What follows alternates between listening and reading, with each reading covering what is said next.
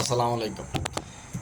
লিচু সিজন আসতেছে সামনে, ঠিক আছে? এটা একটা কাহিনী বলি যে লিচু কিনতে গেলাম, তান বলতেছে কয় ভাই এখানে একদম বরাবর 100 লিচু আছে।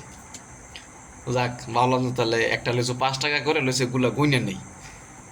লিচুগুলো গুনতেছিলাম, গুনে দেখি লিচু হচ্ছে কি 90টা।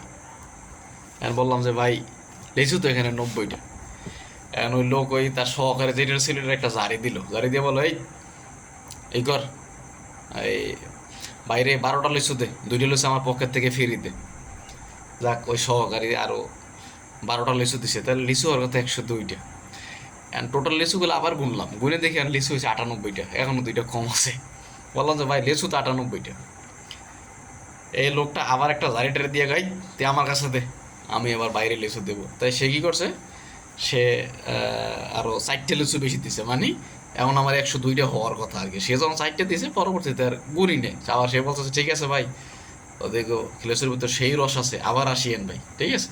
যাক, আমি ওই লোকটা দিল, আমি বাসা টাসা নিয়ে গেলাম। বাসা নিয়ে তারপরে চিন্তা করলাম যে যাকে আরেকটা গুণা দিই। বাসায় নিয়ে আরেকটা গুণা দিয়ে দেখি লিচু হয়েছে গিয়ে 94টা, মানে আবারও 6টা কম। কারণ পলিথিন তলে হাত দিয়ে দেখি যেন পলিথিনও ছিঁড়ে নেয়। রে, লিচুওয়ালার হিসেবটা মিলতেছে না, মানে সবার অঙ্ক মিলে আমার এই লিচুর অঙ্কটা মিলতেছে না। মানে বুঝতেছি না যে এটা সমস্যাটা কি। যদি আপনারা কেউ বুঝুন, একটু আমার কমেন্টস করে জানাই।